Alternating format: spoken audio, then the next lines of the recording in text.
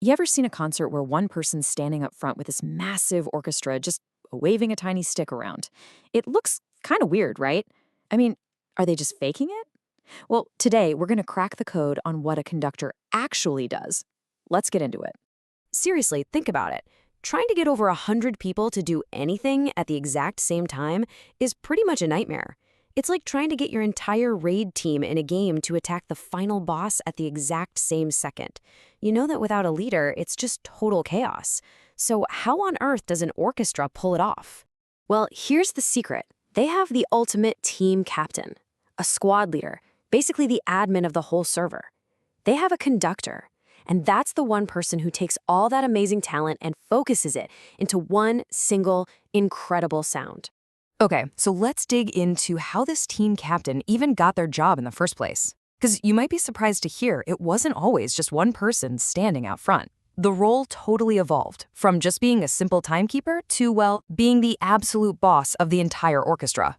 Yeah, way back in the day, the leader was actually one of the musicians. Kind of like a player coach in sports, giving signals while still playing your own instrument. But as orchestras got bigger and the music got way more complex, trying to play and lead at the same time just became impossible. And that's when the modern conductor stepped up, becoming the central figure responsible for the whole shebang. All right, so how does this captain control 100 people without saying a single word? Well, they have a secret control system. It's a set of gear and a silent language that every single musician on that stage understands. Let's decode it. First up, we've got the most famous piece of gear, the baton, and you can think of it as a high-precision cursor. Its main job is to just be an extension of the conductor's arm, making the beat super clear and really easy to see for every musician, even the person sitting way in the back. And then there's the podium they stand on. It's not some fancy stage for showing off, it's pure strategy. It's the high ground. Its only job is to lift the conductor up so they have a perfect line of sight to their team, and, just as important, the entire team has a perfect view of them. Okay, now this is where it gets really cool. The conductor uses a two-hand control system, and each hand has a totally different job. Think of it like a video game controller. The right hand, the one with the baton, that's your joystick. It controls the speed and the basic rhythm. The left hand? Oh, that's for your special moves. It controls the volume, gives players their cues, and adds all the emotion. And get this, it's not just the hands. A conductor's face is a huge part of the control system too.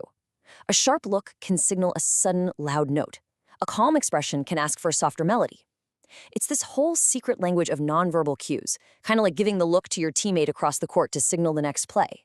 A great performance doesn't just magically happen on stage. Nope. Just like with the championship team, it all starts with a solid game plan. So let's look at the prep work the conductor does way before the first rehearsal even begins. And this is their playbook. It's called a score. A score is this massive book that shows every single note that every single instrument has to play, all at once. It's like the source code for the entire piece of music. And the conductor has to know it inside and out. So the conductor just dives deep into this playbook, spending hours, sometimes weeks, making these huge strategic decisions. How fast should this part go? How loud should it be here? What's the overall vibe we're going for? This whole process of deciding exactly how the music is going to feel and sound, that's called interpretation. So the whole process really breaks down into 3 pretty simple steps. First, they master the playbook. That means studying the score. Then they run the drills with the team, which are the rehearsals.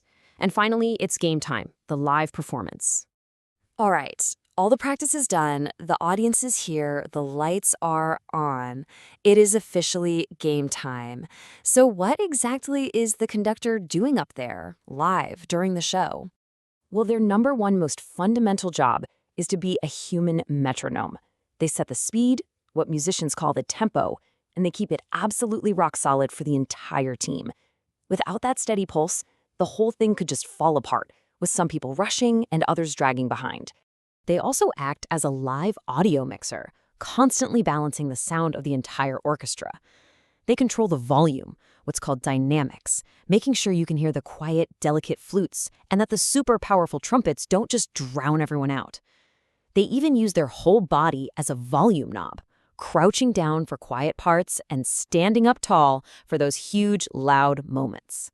And they give cues. Now, imagine you're a musician and you've been sitting there silently for like 50 bars of music. You need to know the exact microsecond to start playing again. The conductor gives a direct signal, a point, a look, a nod that tells you now.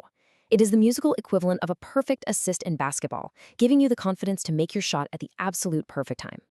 So here's maybe the most important takeaway of all this. A conductor is way more than just a human metronome.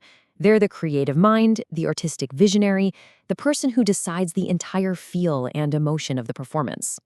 And because of that whole interpretation thing we talked about, the same exact piece of music can sound completely different with a new conductor.